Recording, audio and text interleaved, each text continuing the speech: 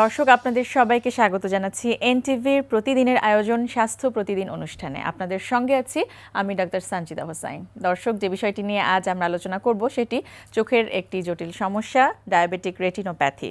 এই বিষয়টি নিয়ে আলোচনার জন্য আমাদের স্টুডিওতে উপস্থিত আছেন একজন বিশেষজ্ঞ চিকিৎসক।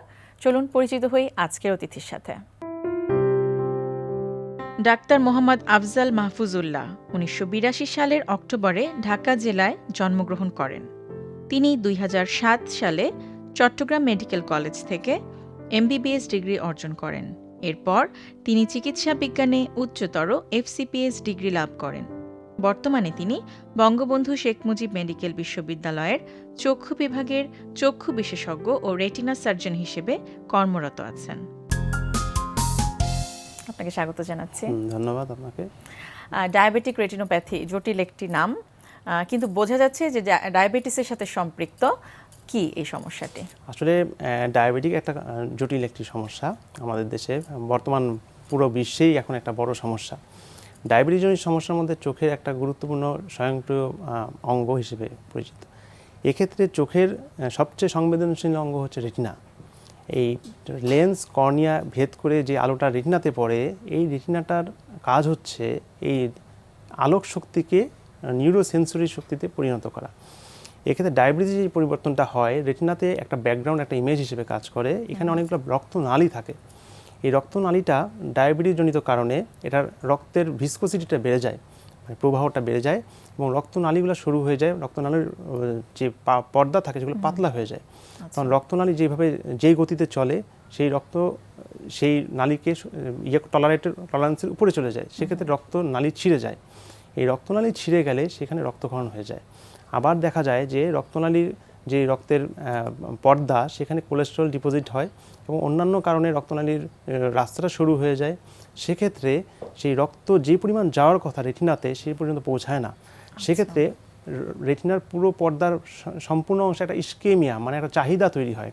সেই চাহিদার যোগান সমান না হয়, একটা অপ্রতুল অবস্থায় তৈরি হয়। সেক্ষেত্রে ওই রেটিনা তাকে সিগন্যাল দিতে থাকে যে আরও রক্ত পাঠাও, এবং যখন রক্ত স্বল্পতা তৈরি হয়, নতুন রক্তনালী তৈরি হয়। এটা বডির একটা ডিফেন্সিভ মেকানিজম।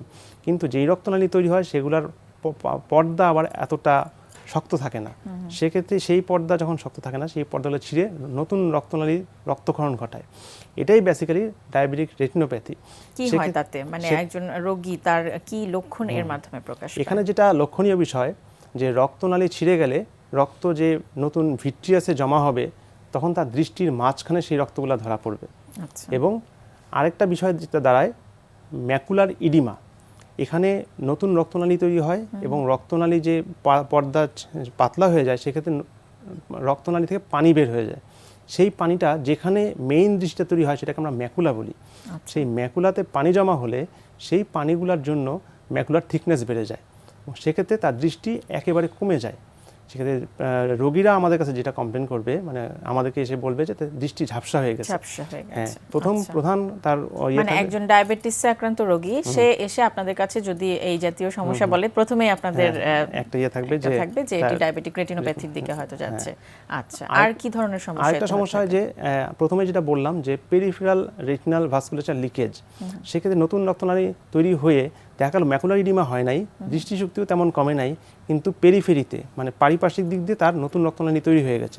এটা আরও বেশি ডেঞ্জারাস, কারণ রোগীর কোনো কমপ্লেন নেই দৃষ্টি, কিন্তু তার পেরিফেরিতে রক্তনালী তৈরি হয়ে গেছে। সেই রক্তনালীগুলো রক্তক্ষরণ ঘটিয়ে ফেলেছে, মানে ক্ষতি করছে, কিন্তু সেই ক্ষতিটা রোগী টের পাচ্ছে না, সাইলেন্টলি হচ্ছে। আমাদের কাছে যখন আসলো, আমরা এক্সামিনেশন ডাইলেটেড ফান্ডোস্কোপি করে দেখলাম যে পেরিফেরাল নতুন রক্তনালী তৈরি হয়ে গেছে এবং রক্তক্ষরণও হয়ে গেছে। তখন আমরা ইমিডিয়েট যে ট্রিটমেন্টটা করি, তাকে লেজার করে দিই। লেজার, এখানে আমি প্রথমে বলে রাখি, ডায়াবেটিসের লক্ষণ এবং করণীয়, সাথে ট্রিটমেন্টটাও আমাদের জরুরি। অবশ্যই। এক্ষেত্রে আমরা যেটা করি, আমরা লেজার করতে পারি, চোখের ইন্ট্রাভিট্রিয়াল ইনজেকশন দিতে পারি, আরেকটা ইন্ট্রাভিট্রিয়াল সার্জারি এখন বাংলাদেশে অ্যাভেলেবেল অবস্থায় করা যাচ্ছে। আর যে আমরা লেজার কখন করব, এটা রোগীদেরও জানতে হবে, কারণ পেরিফেরাল ভাস্কুলেচার লিকেজ যেটা বললাম, সেটা আমরা এখন চোখের অ্যাঞ্জিওগ্রাম করে ধরতে পারি, ক্লিনিক্যালিও দেখে বুঝতে পারি। আবার ওসিটি বলে, অপটিক্যাল কোহেরেন্স টমোগ্রাফি, সহজ বাংলায় রোগীদের জন্য বোধগম্য সিটি স্ক্যান, আচ্ছা, চোখের ওসিটি, CT, চোখের সিটি স্ক্যান। এক্ষেত্রে আমরা কি দেখি, লেয়ারের থিকনেসগুলো বুঝতে পারি সিটি স্ক্যান ওসিটি করে। আর একটা অ্যানজিওগ্রাম, মানে ফান্ডাস ফ্লোরোসেন্ট অ্যানজিওগ্রাফি বলে, ওটা করে আমরা দেখতে পাই যে ভাস্কুলাচার লিকেজ আছে কিনা। তাহলে আমাদের হাতে সব অস্ত্রই থাকছে, মানে আমরা রোগীকেও দেখতে পাচ্ছি, দুটো পরীক্ষার মাধ্যমে বুঝতে পারছি যে এবং নিশ্চিত হয়ে যাচ্ছে যে কি সমস্যা। তো এক্ষেত্রে দুইটা পরীক্ষার আমি যেটা বলবো, ফান্ডাস ফ্লোরোসেন্ট অ্যানজিওগ্রাফি আমরা তখনই দিব যখন আমরা পেরিফেরাল ভাস্কুলাচার লিকেজ দেখব। ওসিটি আমরা তখনই দিব যখন রোগী আমাদের বলবে ঝাপসা দেখছি, ম্যাকুলার থিকনেসটা বেশি। এখন দুইটার উদ্দেশ্য দুটা। একটা ফান্ডাস ফ্লোরোসেন্ট অ্যানজিওগ্রাফি করার উদ্দেশ্য হচ্ছে আমি লেজার করব কি করব না। যদি দেখি যে ডাই লিক হচ্ছে, তখন আমি রেটিনার লেজার করে দেবো। লেজার করার উদ্দেশ্য হচ্ছে রেটিনার চারপাশের চাহিদা কমায় দেওয়া। এক্ষেত্রে কিন্তু লেজারটা যে সুবিধা বেশি কোনটাতে, রোগী বেশি কমফোর্ট ফিল করবে ইনজেকশনে, কিন্তু দুইটার কাজ দুই রকম। যেমন এখন লেজার কখন করব, যখন আমি দেখব যে পেরিফেরাল রেটিনাতে তার চাহিদা বেড়ে গেছে, যোগান নাই, তখন আমি রেটিনার কিছু অংশ চাহিদা কমাই দিব। আচ্ছা, কমাই দেওয়ার উদ্দেশ্য এই যাতে সে আর রক্ত না চায় আমার কাছে, সিগন্যালটা যাতে না আসে। এই সিগন্যালটা শুধু ভিইজিএফ সিগন্যাল আসে। এই ভিইজিএফ সিগন্যাল আসলেই নতুন রক্তনালী তৈরি হওয়ার প্রয়াস হয়। এই প্রয়াসটা যাতে কমে যায় সেই উদ্দেশ্যেই আমি লেজার করে দিব পেরিফেরাল। আর যেখানে সেন্টার রোগীর জন্য উপকারী এক্ষেত্রে লেজার। আর যে ক্ষেত্রে দেখা যাবে ম্যাকুলার থিকনেস বেশি, মানে অনেক ফ্লুইড জমে গেছে বেসিক্যালি, সেই ফ্লুইডটা কমানোর উদ্দেশ্যে আমি অ্যান্টি ভিইজিএফ দিব। অ্যান্টি ভিইজিএফ এর উদ্দেশ্য হচ্ছে ভিইজিএফ লেভেলটা যে সিগন্যালটা আসছিল সেই সিগন্যালটাকে ডিসরাপ্ট করে দেওয়া। তখন দেখা যায় যে তার বেশিরভাগ ক্ষেত্রে রোগীদের অ্যাটলিস্ট 3টা 2টা অথবা 4টা 5টাও লাগতে পারে ইনজেকশন। এটা মান্থলি বেসিসে দেওয়া হয়ে থাকে, এবং মান্থলি বেসিসে দিলে দেখা যায় তার থিকনেস কমে যায় এবং সাথে সাথে ভিইজিএফ লোডটাও কমে যায়।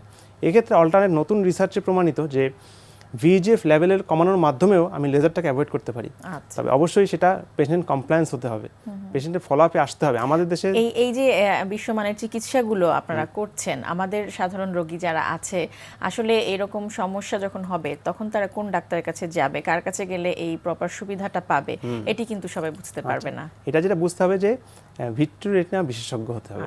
তবে জেনে রাখা ভালো যে সব রেটিনাল বিশেষজ্ঞ হতে হবে। তবে সব জেনে রাখা ভালো যে আমাদের সব ডাক্তারই ফান্ডোস্কোপি করে থাকেন এবং তারাও এগুলো ঠিকই ধরে ফেলতে পারেন। তারা ঠিকমতো তারা রেফার করে দেন আর কি। আমাদের যারা নরমাল অপথ্যালমোলজিস্ট আছে তারা সবাই এগুলা বোধগম্য এবং তারা রেফার করে দেন যে এখন তার এই প্রসিডিউর লাগবে। তারা লিখেও দেন যে তার এই প্রসিডিউর লাগবে, আমরা তখন এই প্রসিডিউরটা করে দিই। সমস্যা হলে আমাদের দেশের যারা সলভেন্ট রোগী আছেন তারা কিন্তু দেশের বাইরের দিকে প্রতি আগ্রহী থাকেন বেশি। সেটি যে আমাদের দেশেও হচ্ছে, এই আশার কথাটা সবাই আসলে আমরা জানি না। এটা এখন যেটা করতে হবে আসলে আমাদের এটা সবাইকে জানিয়ে দিতে হবে যে এখন বিশ্বমানের সেবা বাংলাদেশে সম্ভব। এই রেটিনোপ্যাথি বা রেটিনার বিভিন্ন চিকিৎসাগুলো আপনারা সফলভাবে করছি। আচ্ছা, আর কি ধরনের সমস্যা হতে পারে? এই সমস্যাটার যদি সমাধান করা না হয় জটিলতা কি হতে পারে? দেখা যায় যে আমরা কখন এই সমস্যাটা ধরতে পারি, দেখা যায় বেশিরভাগ যে পেরিফেরাল রোগী তাদের ক্ষেত্রে দেখা যায় যে ওরা লেট স্টেজে চলে আসে। কারণ একটা রোগীকে যখন বলা হয় আপনাকে ইনজেকশন দিতে হবে, সব প্রথমেই ভয় পেয়ে যায় এবং সে হয়তো আরও একজন দুজনের সাথে পরামর্শ নিতে চায় স্বাভাবিকভাবেই। তো প্রথমেই যেটা বড় ব্যাপার, তাকে কাউন্সেলিং করতে হবে, কারণ তাকে বুঝিয়ে দিতে হবে তার রোগটা কত দূর যেতে পারে। এক্ষেত্রে যেটা বিশেষ ব্যাপার, এই রোগের প্রথমে রক্তক্ষরণ হবে, রক্তক্ষরণ হয়ে সেটা রক্ত প্রতিরোধ ব্যবস্থা চোখের ভিতরেই থাকে। রক্ত প্রতিরোধ করতে যে ফাইব্রোভাস্কুলার পলিফারেশন করে ফেলে। ওই ফাইব্রোভাস্কুলার পলিফারেশন যখন হয়ে যায় তখন সেটা ট্র্যাকশন ডেভেলপ করে, সেই ট্র্যাকশনটা রেটিনাকে ছিঁড়ে ফেলে এবং তখন আমরা তাকে বলি অ্যাডভান্স ডায়াবেটিক আই ডিজিজ। মানে তখন সে সার্জারির পর্যায়ে চলে যায়। আমি কিছুক্ষণ আগে বলেছি যে লেজার, ইনজেকশন, এখন থার্ড স্টেপে সার্জারি। তো সার্জারিটা আগে দেখা যেত সবাই দেশের বাইরে চলে যেত, এখন বাংলাদেশে এটা এত বেশি পরিমাণে হচ্ছে যে এখন রোগীরাই অনেকটা এই ব্যাপারে সচেতন, যে এসে বলে যে তার রেটিনার সার্জারি লাগবে। কারণ দেখা গেছে যে তার দৃষ্টি একেবারে কমে যাচ্ছে। তখন আমরা সেটা সার্জারি করে আমাদের উদ্দেশ্য হয় যে ট্র্যাকশনাল রেটিনাল ডিটাচমেন্টকে রিমুভ করা, ট্র্যাকশনটাকে রিমুভ করা, রেটিনাকে বসিয়ে দেওয়া, ভিতরে সিলিকন অয়েল দিয়ে দেওয়া এবং এই অয়েলটাকে 3 মাস পর আবার রিমুভ করতে হয়। এবং সেটিতে কি পুরোপুরি দৃষ্টি দেখা যায় যে একেবারে যে আগের মতো আসবে তা না, তবে একেবারে মোটামুটি সে ভালো অনেকটাই। আগে যেমন এই দৃষ্টিতে তারা মানে অন্ধের পর্যায়ে চলে যেত, দেখা যেত তার দৃষ্টি একেবারে মানে চলাচল করাই তার ডিফিকাল্ট হয়ে যেত।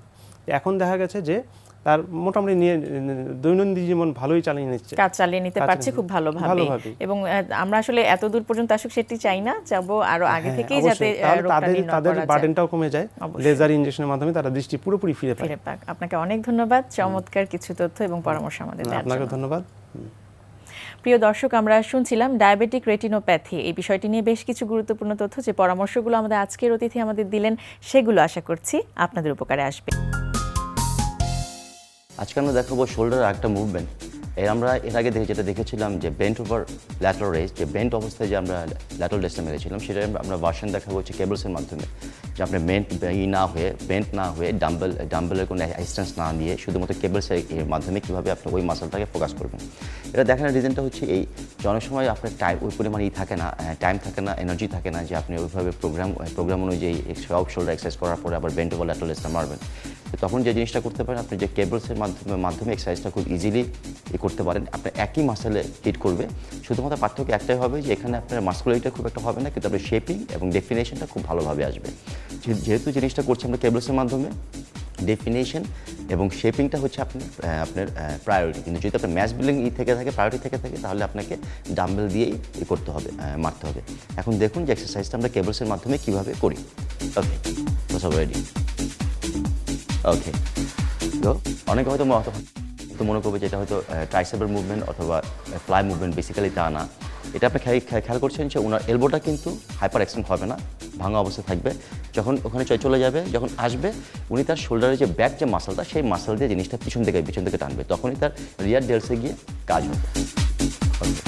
এখানে জিনিসটা কিন্তু ডাম্বেলের এক্সারসাইজটা একটু হলেও কঠিন এবং রেজিস্ট্যান্স সবসময় থাকবে, মানে কন্টিনিউয়াস থাকবে, কিন্তু ম্যাসিভনেসটা আসবে না। শেপিং এবং ডেফিনেশনটা খুব ভালোভাবে কিন্তু এটা আসবে। ওকে, এখন জিনিসটার রিজনটা হচ্ছে এই, যেহেতু এটা আপনার অন্য কোনো মুভমেন্ট লাগছে না, কোনো বেঞ্চ লাগছে না, কোনো ডাম্বেল লাগছে না, কোনো প্রিপারেশন লাগছে না। আপনি জাস্ট জিম থেকে যদি আপনি দেখেন যে পুরো এক্সারসাইজ শেষ, আপনি জাস্ট যখন বেরোতে নেবেন তখন যদি আপনি কেবলসের মাধ্যমে এক্সারসাইজটা করে যান, আপনার সেম এটাই হবে। কারণ স্ট্যান্ডিং অবস্থায় এক্সারসাইজগুলো করা অনেক সহজ, মানে প্রিপারেশন নিয়ে করার চেয়ে। এই জন্য আপনি এক্সারসাইজটা যদি ইনভলভ করেন, তাহলে আপনার রিয়ার ডেলসের ডেভেলপমেন্টের যে মুভমেন্টটা, এটা সবসময় আপনি করবেন, কখনোই জিনিসটা হবে না, স্কিপ হবে না। দর্শক, ডাবের পানি সবার অত্যন্ত পছন্দের একটি পানীয়। কি কি পুষ্টি গুণাগুণ রয়েছে ডাবের পানিতে, চলুন শুনে নেই একজন পুষ্টিবিদের কাছ থেকে। ডাব আমাদের দেশের অতি পরিচিত একটি ফল। ডাবের পানি পান করেন না এমন লোক খুঁজে পাওয়া ভার। ডাবে রয়েছে পর্যাপ্ত পরিমাণে সোডিয়াম ক্লোরাইড এবং অন্যান্য প্রয়োজনীয় খনিজ উপাদান। ডাবে উচ্চমাত্রায় পটাশিয়াম রয়েছে। এই উচ্চমাত্রা পটাশিয়াম থাকার কারণে বমি হলে আমাদের শরীর থেকে যে প্রয়োজনীয় খনিজ উপাদানটা বের হয়ে যায়, ডাব তা ঘাটতি পূরণ করতে সহায়তা করে। এ কারণে বমিটিং, ডায়রিয়া এবং তীব্র গরমে ডাব উল্লেখযোগ্য পানীয় হিসেবে ব্যবহৃত হয়ে থাকে। ডাবে যে পরিমাণ পটাশিয়াম রয়েছে তা যে কোনো পটাশিয়াম ইলেকট্রোলাইট ইনব্যালেন্স রোগীদের ক্ষেত্রে উল্লেখযোগ্য সহায়তা হিসেবে পালন করে থাকে। ডাবের মধ্যে পর্যাপ্ত খনিজ লবণ থাকার কারণে যে কোনো বয়সের মানুষ, বিশেষ করে শিশু থেকে বয়োবৃদ্ধ পর্যন্ত সহজেই তা গ্রহণ করতে পারেন। ডাবের পটাশিয়াম থাকার কারণে তা আমাদের ব্লাড প্রেশার নিয়ন্ত্রণে গুরুত্বপূর্ণ ভূমিকা পালন করে থাকে। ডাব আমাদের দেহকোষগুলোকে সতেজ ও সজীব রাখতে সাহায্য করে, রক্ত চলাচলকে বাড়িয়ে দেয় এবং বিশুদ্ধ অক্সিজেন সরবরাহ বাড়ায়, ফলে ত্বকের প্রতিটি কোষ হয়ে ওঠে প্রাণবন্ত। অনেকের ধারণা ডাব ডায়াবেটিক রোগীরা খেতে পারবে না, কিন্তু ধারণাটি মোটেও সত্যি নয়। ডাবে কোনো চর্বি বা কোলেস্টেরল না থাকার কারণে ডায়াবেটিক রোগীরা অতি সহজেই এটি গ্রহণ করতে পারবেন, কিন্তু উচ্চমাত্রার পটাশিয়াম থাকার কারণে অনেক কিডনি রোগী বা দীর্ঘদিন ধরে যারা কিডনির বিভিন্ন রোগে আক্রান্ত, ডায়ালাইসিস চলছে, এই ধরনের রোগীরা ডাবের পানি গ্রহণ করতে পারবেন না। কারণ পটাশিয়াম থাকার কারণে কিডনি নেফ্রাইটিসের উপরে এই পটাশিয়াম জমা হয়ে চাপ বাড়াবে, ফলে শরীর থেকে বর্জ্য পদার্থগুলো নিষ্কাশনে বাধা পাবে। ডাবের পানিতে অন্যান্য প্রয়োজনীয় খনিজ উপাদানের মধ্যে উল্লেখযোগ্য আরেকটি উপাদান হচ্ছে ক্যালসিয়াম। এই ক্যালসিয়াম আমাদের হাড়ের গঠনকে মজবুত করে রাখে, যা আমাদের ত্বক, চুল ও নখের সুস্থতা বজায় রাখতেও সাহায্য করে। ডাবের পানির এত গুণাগুণ অনেকেই জানেন না। কোনো কারণ ছাড়াই যদি কেউ ডাবের পানি নিজের অজান্তে 1 গ্লাস নিয়ে থাকেন, তাও তিনি পটাশিয়াম ও সোডিয়ামের ভারসাম্য রক্ষা করে শরীরের একটি ইলেকট্রনিক সমতা আনতে পারেন, যার ফলে বিভিন্ন অঙ্গগুলোকে বিভিন্ন রোগের হাত থেকে রক্ষা করে সুস্থ সবল ও স্বাভাবিকভাবে জীবনযাপন করতে পারেন। প্রিয় দর্শক, স্বাস্থ্য প্রতিদিনের আজকের হেলথ টিপস। অতিরিক্ত ঘাম আপনার শরীরে দুর্গন্ধের কারণ হতে পারে, তাই ঘামে ভেজা কাপড় দ্রুত পাল্টে নিন। দর্শক, স্বাস্থ্য প্রতিদিন সম্পর্কে যদি আপনাদের কিছু জানার থাকে কিংবা কোনো পরামর্শ যদি আমাদের দেবার থাকে জানাতে পারেন এই ঠিকানায়। প্রযোজক স্বাস্থ্য প্রতিদিন, এনটিভি, বিএসসি ভবন, 7 তলা, 102 কাজী নজরুল ইসলাম এভিনিউ, কারণ বাজার, ঢাকা 1215। ফ্যাক্স 914338 থেকে 7 পর্যন্ত, অথবা ইমেল করুন স্বাস্থ্যপ্রতিদিন@ntvbd.com এই ঠিকানায়। প্রিয় দর্শক, স্বাস্থ্য প্রতিদিনের আগামী পর্বে আপনাদের জন্য যা থাকছে, যাদের নাকি বারবার নিজেকে ব্যথা দেওয়ার, নিজে ডেলিবারেট সেলফ হার্ম করার যাদের টেন্ডেন্সি থাকে, তাদের ভিতরে এই আত্মহত্যা করার প্রবণতা দেখা গেছে অনেক বেশি সাধারণের চেয়ে।